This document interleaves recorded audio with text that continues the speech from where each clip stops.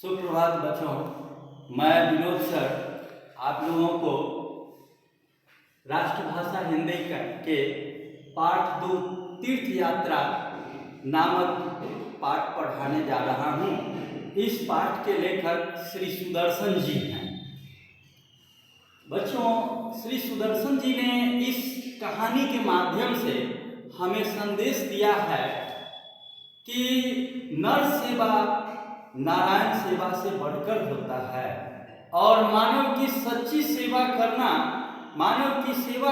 ईश्वर की सच्ची सेवा होता है। इस पाठ के मुख्य पात्र लाजवंती हैं, हेमराज हैं और माता हरो है। इस कहानी में सुदर्शन जी ने कहा है कि ईश्वर की सच्ची सेवा तब मानी जाती है जब हम किसी दलित, असहाय, निर्धन, कमजोर, लाचार, बेबस प्राणियों की सेवा करते हैं। इसमें हमें ईश्वर की सच्ची सेवा निहित होती है और यही सेवा सच्ची तीर्थ यात्रा है। इस पाठ में बताया गया है कि लाजवंती अपनी बेटे की बीमार से बड़ी परेशान थी।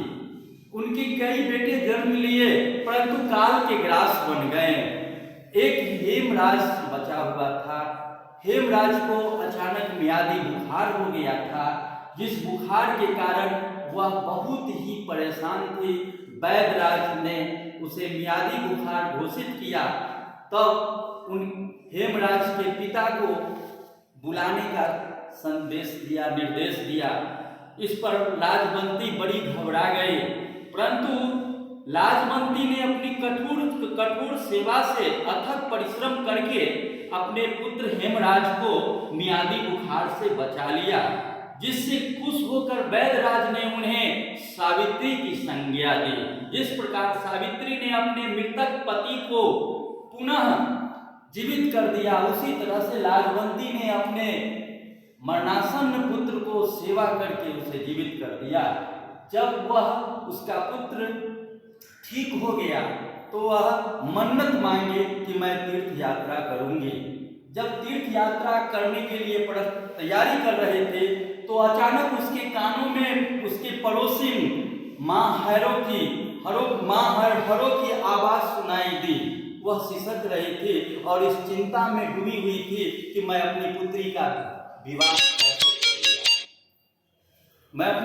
विवाह कैसे करूंगी। लाजवंती ने उसके पास गया और उसका कारण पूछा तो वो कहा कि बारात का भोजन का प्रबंध नहीं है, जिसके कारण मैं चिंता में हूँ। लाजवंती ने अपने तीर्थ के खर्च का 200 रुपया माता हैरो को समर्पित करते हुए कहे कि माँ, इससे अपने बारात का भोजन प्रबंध कर लेना। उस समय लाजवंती को इतनी खुशी हुई कि उसे लगा कि वह हरिद्वार जैसे महत्वपूर्ण तीर्थ स्थान उसके नजर के सामने में दिखाई दिया और उसे एहसास हो गया कि मैंने एक सच्चा तीर्थ यात्रा किया है। हमें भी अपने समाज में दलित, असहाय, जरूरतमंद लोगों की सेवा करना चाहिए और यही सेवा करना ईश्वर की सच्ची तीर्थ यात्रा कहलाता है। धन्यवाद बच्चों।